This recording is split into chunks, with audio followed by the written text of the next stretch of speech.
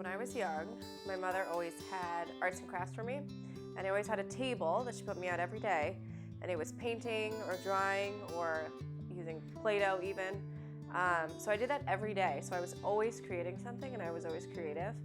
My grandmother was very artistic, so I think that trickled down to me and my ability to be creative. I don't think it was anything specific. I think I always had it in me where I always wanted to create something, and if I had a choice to do something, I always wanted to do arts and crafts as opposed to something else.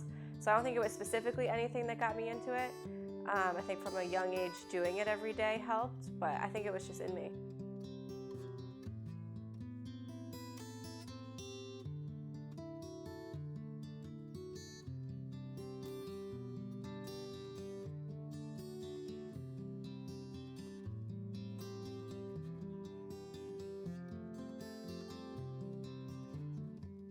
My first job out of college was at a bakery. I started front of house. I started customer service, just taking orders, selling things, and then the owners started showing me how to frost cupcakes, how to frost cakes. So I really became interested in it. So I would ask them to stay late with me and show me certain things. And then just my natural artistic ability transferred through with the frosting and the fondant. And I slowly started to learn more and more. And I transferred over to working in the back strictly, just decorating cakes, cupcakes, doing everything from regular cupcakes to wedding cakes, graduation cakes, all of that. And that's where I really started to realize I had a talent in probably like my early 20s when I was working there, because I would see my customers pick up the cake and they would get so excited and be so amazed with what I did. And it really showed me like, wow, I really do have this artistic talent. I really can. I liked seeing everyone get really happy when they picked up their cakes. So that was my first job out of college that I was able to apply my artistic ability to like real world situations.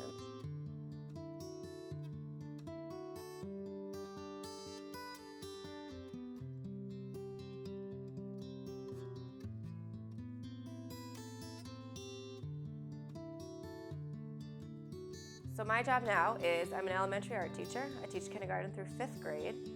I don't have a room, so I travel on a cart from classroom to classroom, which has its plus and minuses. But one thing I love about traveling on a cart is I go to them. So while they're busy doing math or reading, all of a sudden I open up the door and they realize it's art time, and their expressions, they get so excited, which makes me feel really good. All right, Alex, what are you making?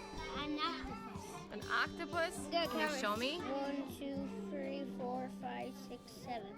Yeah. I need one more. Okay. What kind of details are you gonna put on your snake? I don't know, maybe put some bits on the snake. Hello.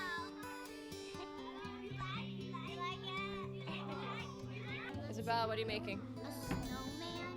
Yeah? Is that your snowman? One thing I really love is my goal is to have all my kids be creative and experiment with materials and processes. I don't ever want to put restrictions on them. I love doing all the projects. Yeah, she picks fun. I like doing things. What's your favorite part about what we do in art class? Making like long projects, like a cereal box. Playing with clay, making the northern stars, northern lights. Yeah. Of course there's rules and things that we're doing in our lesson, but if someone asks if they can paint a purple zebra, they're going to paint a purple zebra. And a lot of times I get students ask me, Mrs. Wilcox, is this okay? Or did I do this right? And I always tell them, you are the artist. You decide. Because I don't want to put limitations on them. I think they get enough pressure from school to do exactly what they're supposed to do with certain guidelines. And in my class, I don't want them to have guidelines. I want them to always be comfortable and want to explore themselves as artists and to try new things. So I think that's really, really important.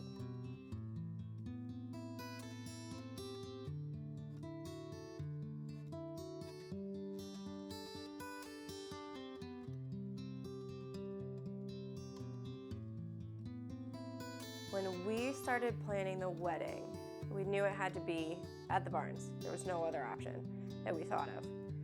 It had the right vibe for us. We're really relaxed, and we really like to do things on our own terms. We don't like to do things other people have done. and we're really laid back, and it totally had that vibe. So I wanted everything to be consistent. So just down to like bridesmaids dresses, to the laid back style of the seating cards, as opposed to like a traditional wedding. You have the seating cards that says your name, Mr. and Mrs. So-and-so with table number 5. I wanted it to be really laid back and easy, so I got window panes from our friend's house that they were redoing. And on the window panes, I just wrote the table number, and then just first and last names. I didn't even do Mr. and Mrs. Wanted it to be really personal. And I thought that was a really cool thing for the wedding, because it was personal, because I did it, and none of our guests have ever seen that before. So I really like surprising people like that. So we did the window panes, and then as opposed to a traditional guest book, we made a big sign, a wooden sign that we made, and then I stained it, and then I painted a really big W with our wedding date on it, so all of our guests could sign their names and well wishes on that. I now put